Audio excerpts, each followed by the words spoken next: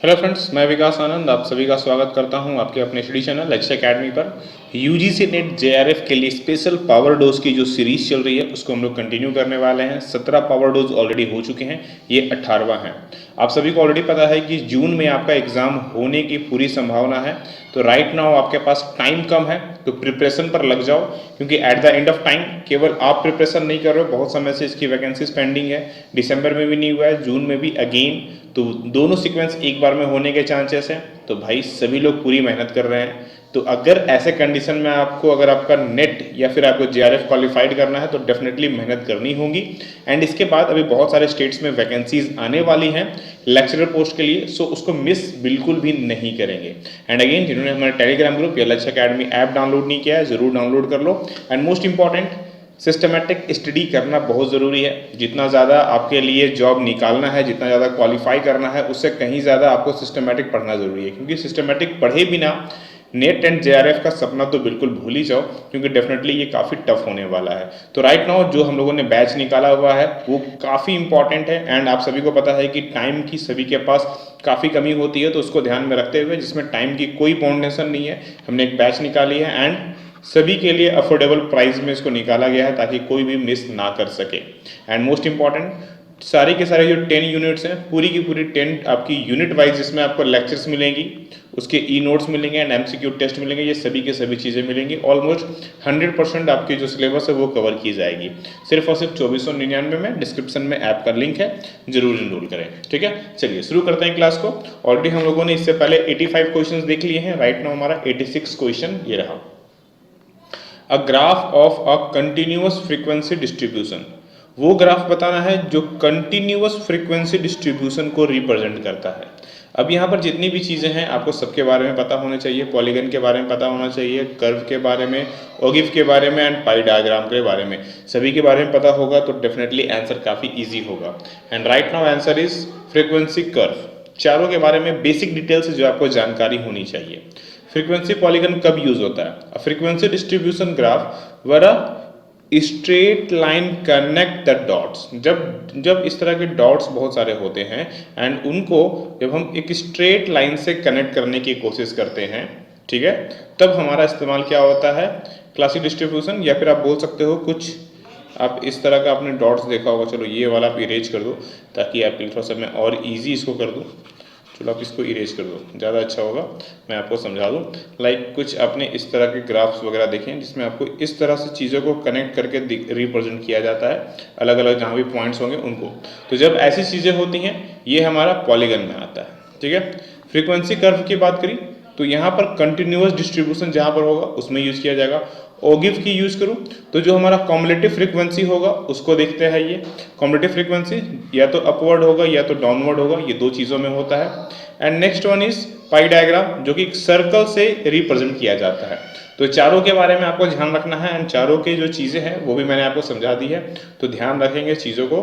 And अगर graph से आए तो ग्राफ से भी आप उसको आंसर दे पाओगे। ठीक है, चलिए ओके। अगला क्वेश्चन में आपके पास लिस्ट 1 एंड लिस्ट 2 है, दोनों को बस मैच करना है एंड देखना है आंसर क्या होगा।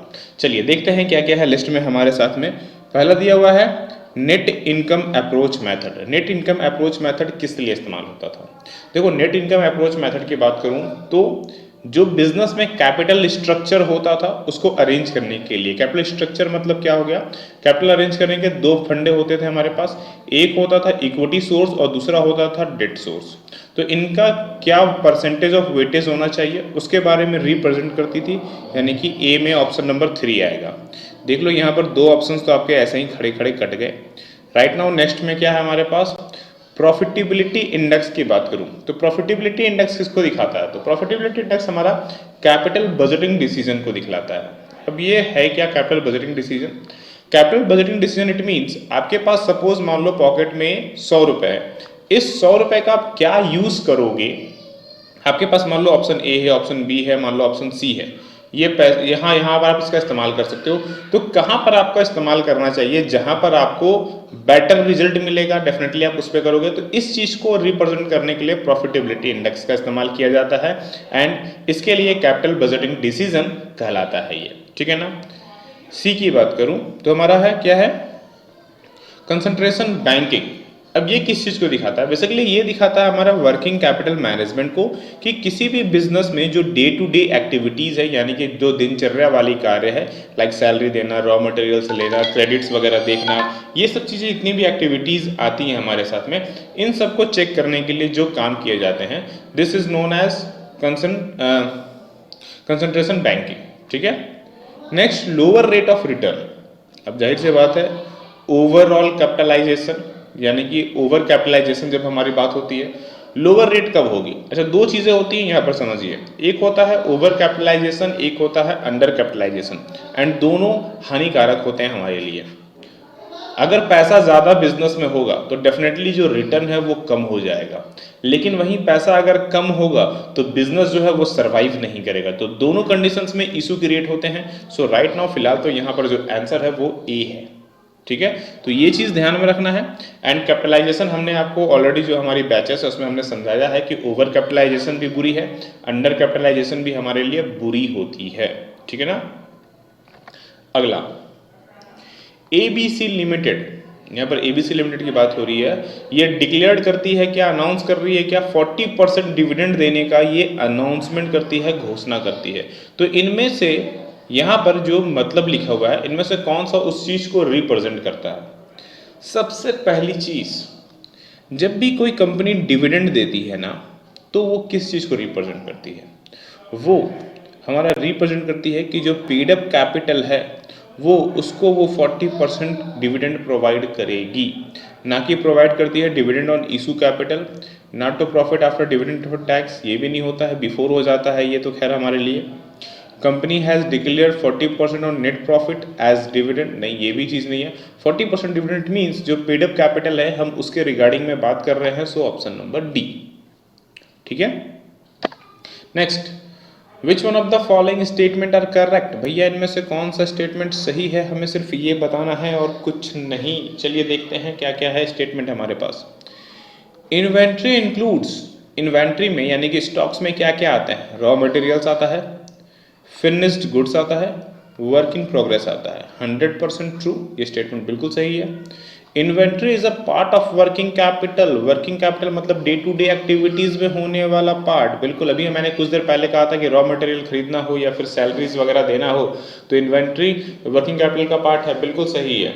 Inventory includes goods like to be purchased, inventory में वो इंक्लूड किया जाएगा जो गुड्स हम लोग likely to be a purchase, जो खरीदने की संभावना है। भैया खरीदने की संभावना है, खरीदा नहीं है आपने, आपके दिमाग में आपने, अब तो इसका वही प्रॉपर एग्जांपल हो गया, लाइक आप फ्लिपकार्ट यूज करते हो और आपने कोई चीज़ ऐड टू कार्ट करके रख लिया है, तो क्या ऐड टू कार्ट करने का मतलब है कि वो घर में डिलीवरी हो जाएगी या फिर आपने उसका पेमेंट कर दिया है? नहीं सर, ऐड टू कार्ट करने का मतलब है कि हमने उसे फिलहाल अपने कार्ट में रखा हुआ है, जब हम पे करेंगे तब वो हमारे पास होगी। सो ये तो 100% नहीं है, D is a right answer. ठीक है ना, समझ में आ रहा है ये चीजें। चलिए last but not the least, one difference between perfect competition and monopolistic competition. अच्छा, परफेक्ट कंपटीशन एंड मोनोपोलिस्टिक के बीच में एक कोई अंतर आपको यहाँ पर रिप्रेजेंट किया गया है, आपको वो बताना है कि क्या अंतर हो सकता है। अगर बात करूं भैया सिंपल सी बात, तो यहाँ पर आप सी नंबर में देखो, a firms in monopolistic competition face a down sloping demand curve. ये बात तो बिल्कुल सही है कि मोनोपोलिस्टिक कॉम्पिटिशन्स में जो है वो क्या है, डाउन स्लोपिंग कर्व को रिप्रेजेंट करता है।